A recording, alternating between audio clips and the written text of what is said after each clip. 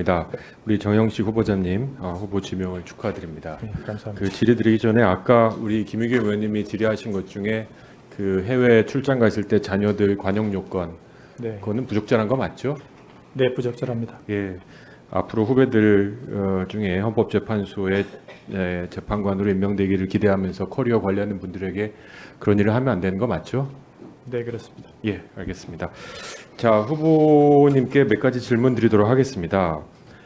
저는 걱정되는 것 중에 하나가 이 헌법재판소의 국민 신뢰도가 갈수록 떨어진다는 겁니다. 알고 계시죠? 그 지금 잘하고 있다는 26%고 못하고 있다는 62%, 뭐 압도적으로 못하고 있다가 많습니다. 그 이유가 뭐라고 생각하십니까? 아무래도 헌법재판은 이제 정치적인 사건들이 많이 올 수밖에 없고 그러다 보니까 그 재판 결과가 첨예하게 대립이 될 수밖에 없습니다. 그러다 보니 서로 이제 자, 그러면 정치적, 제가 끊어서 죄송합니다만 시간 관계상 네네. 짧게 답변 부탁드립니다. 맞습니다. 그것도 전 두세 가지 이유를 드리고 싶은데요. 네. 하나가 이제 굉장한 국회가, 저는 국회도 일부 책임이 있다고 봅니다. 정치가 해결하지 못하고 이 문제를 이제 사법으로 해결하려는 태도들이 여기저기서 발생하고 있고요. 뭐 탄핵도 그리고 거부권도 그 중에 하나라고 생각합니다. 그래서 제가 질의드린 게 헌법재판소에 최근 집중되는 정치적 사건들에 대한 후보자의 견해 답변을 잘 주셨는데 굉장히 눈에 띄는 부분이 있습니다. 이제 정치적 사건에 대한 재판을 하는 경우 헌법과 법률 그리고 객관적 양심에 따라 결론을 도출하겠다 그랬습니다. 우리 법에는 이제 객관적이라는 표현은 없고 양심에 따라라고 되어 있는데 굳이 여기다가 객관적이라는 표현을 쓰신 이유가 뭡니까? 그러니까 그거는 이제 보통 말하듯이 개인의 양심, 그러니까 본인이 생각하고 있는 양심과 그리고 직업적인 양심이 약간 차별화된다고 생각을 합니다. 그래서 자, 그러면 헌법재판소 재판관으로 따라야 될 것은 사회적 양심입니까? 개인적 양심입니까? 사회적 양심입니다. 사회적 양심입니까? 굉장히 재밌는 답변을 하신 것 같은데요. 얼마 전 헌재 소장으로 임명된 이종석 소장님이 그 청문회 때 보수주의자란 말에 동의하냐라는 질문에 받아들이겠다 이런 답변을 하셨습니다. 알고 계시죠? 네, 알고 있습니다. 똑같은 질문 드리고 싶습니다. 우리 정 후보님은 보수주의자십니까? 저는 그렇게 생각하지 않습니다. 본인은 보수주의자라고 생각하지 않으십니까? 제가 아까도 얼핏 말씀드렸지만 모든 그 진보와 보수를 바라보는 시각은 본인들이 가지고 있는 시점에서 바라보는 것이기 때문에 자, 그러면 무슨 말씀인지 알겠고요. 네.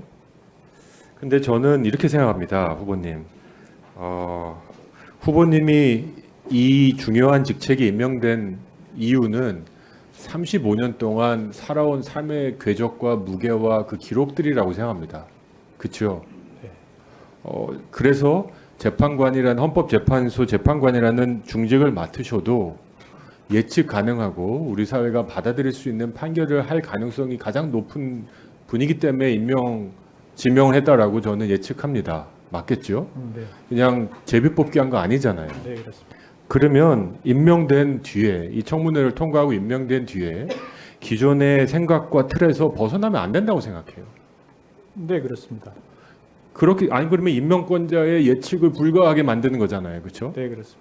따라서 지금까지 해왔던 여러 가지 판결들, 발언들 그리고 행위들, 도덕성이 이 임명되고 재판관으로 활동한 기준 동안 유지될 거라는 확신이 있는지를 검증하는 거지 사람이 바뀔지를 검증하는 건 아니잖아요. 네, 제가 볼 때 우리 후보님의 판결은 어느 정도 예측 가능하고 또 이 관점에서 저는 변하시지 않았으면 좋겠다는 생각이 듭니다. 특히 이제 사회적 약자에 대한 배려 많이 하셨고 또 사형제에 대한 입장도 말씀하셨는데 저는 자신감 있게 이 청문회에서 말씀하셔야 된다고 생각합니다. 저는 보수주의가 나쁜 것도 아니고 진보도 나쁜 거 아니라고 생각합니다. 객관적 양심이란 것도 저는 아무리 헌법재판소 재판관이라도 정치성이 없을 수 없다고 생각합니다. 물론 특정 정당이 잘 되길 바란다 이런 정치성은 아니고요. 우리 사회가 앞으로 어떻게 나가야 될지에 대한 가치관이 없다면 그게 어떻게 우리 사회를 이끌어가는 엘리트고 중직을 맡을 사람이겠습니까? 저는 이거에 대해서 너무 부끄러웠거나 감출 필요는 없다고 생각이 듭니다. 그런 면에서 저는 이종석 소장이 보수주의자란 말을 받아들이겠다. 이거는 의미가 있다고 생각하고요. 그래서 우리가 어떤 구성에냐에 따라 특정 상황이 어떻게 판결될지 예측 가능해야 된다고 생각해요. 그래야 예측 가능한 헌법재판소가 있어야 우리 국민들이 시스템적으로 상황이 이렇게 되는구나를 알지. 이건 뭐 그날 그냥 기분에 따라 판결이 내릴 수 있다라고 갈 수는 없다고 생각합니다. 맞죠? 그날 죄송합니다. 그날 그때 상황에 따라서 이렇게 뭐 생각이 바뀌거나 그렇다는 의미는 아니고요. 자, 그러면 관련해서 또 한 가지 질문 드리겠습니다. 그날 우리가 질문했던 것 중 하나가 이종석 소장에게 동성애에 관한 질문이 있었습니다. 어떻게 답변하셨냐면 사회적 공익을 위해서 동성애를 제한할 수 있다고 생각한다. 뭐 이런 정확한 워딩은 아닙니다만 이 워딩에 동의하십니까? 아니면은 더 개방해야 된다고 생각하십니까? 공익적 필요가 있다면 제한을 할 수 있다고 생각합니다. 알겠습니다.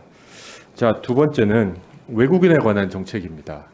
우리 대한민국에서 지금 외국인에 대한 여러 가지 논리가 많이 일어나고 있습니다. 뭐 국적을 취득한 외국인은 당연히 어떤 차별도 없어야 된다고 생각합니다. 하지만 이제 외국인 국적으로 살아가고 있는 외국인에게 지금 형평성에 맞는 상호주의에 맞는 투표권 제한도 지금 발의가 된 상태입니다.